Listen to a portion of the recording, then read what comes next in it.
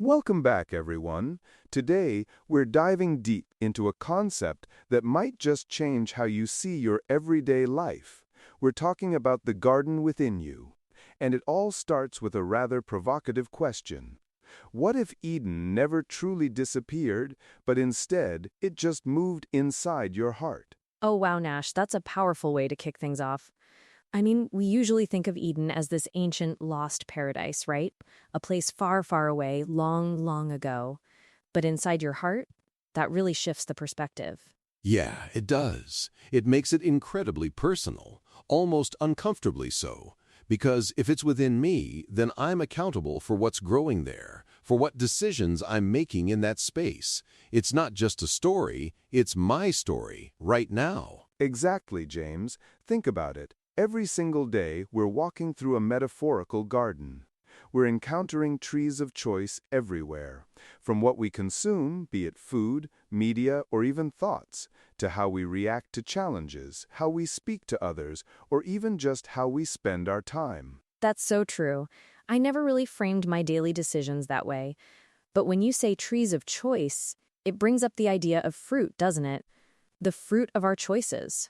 Some look so tempting, so ripe and ready, but maybe they're not actually good for us in the long run. Totally. Like that extra hour on social media when I know I should be doing something productive. Or, choosing the easy way out instead of doing the hard but right thing. It's like I'm standing there looking at a delicious-looking apple that I know might give me a tummy ache later. And it's in that very moment, in those choices, that we often hear what the ancient story describes as whispers of pride. That voice that tells us we deserve more, that we know better, that we can handle it, even if it goes against our better judgment or a deeper sense of what's right. Oh, the whispers of pride, I know them well. It's that internal argument, isn't it? The just this once won't hurt, or everyone else is doing it, or I earned this. It's so insidious because it often disguises itself as self-care or liberation, but it can lead us down paths we later regret. It's like that little devil on your shoulder, right? But it's not some external entity. It's part of our own internal landscape. It's the ego, or whatever you want to call it, trying to justify something that might not align with our true self or our values. Precisely. And in the midst of these choices and these internal dialogues, there's another question that echoes through time and through our own lives.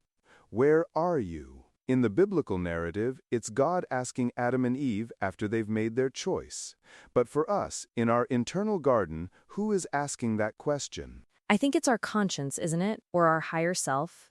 That part of us that truly knows who we are and what we're meant to be. It's not an accusatory question. It's a question of awareness, of presence. Are you truly present in this moment? Are you aligned with your true self? Yeah, and often, when that question comes up, it's because I've kind of hidden myself, just like in the story. I've distracted myself, buried my feelings, or just genuinely gotten lost in the busyness of life. It's like my soul is saying, hey, come back here, where did you go? That's such a beautiful interpretation, James. It's not about being found out, but about being called back to ourselves. The garden story isn't just about two people long ago. It's a living, breathing parable for every single decision we face right now. Every day, every hour. It makes the story so much more relevant, doesn't it? Not just a historical account, but a manual for living. It's like the fall isn't a one-time event, but a constant risk we take when we choose immediate gratification over lasting peace, or external validation over internal truth. Yeah, and if we're living in this internal garden, then we also have the power to tend it, right? We're not just spectators, we're the gardeners. That's a huge responsibility, but also a huge opportunity. Absolutely, James. If we accept this premise, then tending your inner garden becomes one of the most vital tasks in life. What does that look like? Well, imagine your mind as soil. What seeds are you planting? What weeds are you allowing to grow unchecked? For me, weeding often means addressing negative self-talk, those limiting beliefs that whisper doubts or criticisms, or pulling out the weeds of comparison when I scroll through social media and start feeling like I'm not enough.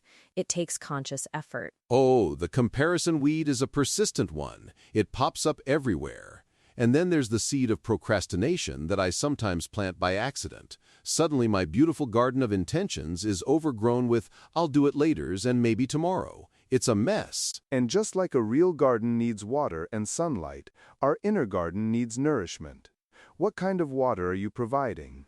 Is it through quiet reflection, prayer, meditation, or meaningful connections? Is it sunlight from gratitude, from appreciating the beauty around you? That's so true. I find that when I neglect my watering, my morning quiet time, or journaling, my inner garden starts to wilt. I become more irritable, less patient, less creative. It's like my soul is parched. Yeah, and sometimes you need to prune, right? Cut off the dead branches. That could be old habits, toxic relationships, or even just ideas that no longer serve you. It's tough, but it's necessary for new growth. It absolutely is. And what about the serpent in our modern garden? It's not a literal snake, of course, but that cunning voice, the one that twists truth, that suggests shortcuts, or that tries to convince us that what is clearly wrong is actually good for us. I think the serpent is often our own denial, or that clever rationalization. It's the voice that says, it's fine, no one will know, or you don't really have to forgive them, or just numb out with this instead of feeling. It's the trickster within. That's exactly it. The serpent, for me, is often the voice of instant gratification, telling me to prioritize comfort over growth, or the voice that tries to convince me to stay small and safe instead of taking a risk, even when I know deep down it's what I need to do. So how do we engage with this internal garden more consciously? How do we become better gardeners of our hearts and minds? It begins with awareness, doesn't it?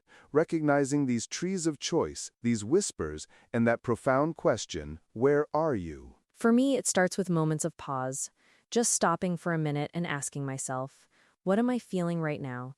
What choice am I about to make, and why? It's a moment of reflection before action, which can be really hard in our fast-paced world. And being honest with yourself, too. No hiding behind the fig leaves of excuses or justifications. Admitting, yeah, I just ate that second slice of cake out of pure boredom, not hunger. Or I'm avoiding that difficult conversation because I'm scared. That honesty is the first step to clearing the ground. That vulnerability is crucial. And when we acknowledge where we are, truly, then we can start to cultivate. We can plant seeds of compassion, patience, resilience, and joy. We can consciously choose which fruit we want to bear in our lives. It's like the Garden of Eden wasn't just a place, but a state of being, a state of harmony, of connection, of right relationship with ourselves, with others, and with the divine. And if we can cultivate that within, then we can bring that Eden out into the world. Yeah, imagine if everyone was actively tending their inner garden. The world would be a much more beautiful, peaceful place, wouldn't it? Less weeds of anger and resentment, more flowers of kindness and understanding. It's a radical thought, really. It is radical, and it's deeply empowering, because it means we aren't victims of circumstances, but active participants in shaping our internal world and, by extension, our experience of the external world. The garden story isn't about two people long ago. It's about every decision we face right now. So, as we wrap up, I'd encourage everyone listening to take a moment today to step back into that garden within them. What do you see? What needs tending? What beautiful things are already growing that you haven't even noticed? Yeah, and don't be afraid of the weeds. They're just opportunities for growth and for getting your hands dirty in the best possible way. Be the gardener of your soul. It's the most important work you'll ever do. Beautifully said, James and Jane. Thank you both for this insightful conversation. And thank you, our listeners, for joining us on this journey into the garden within you.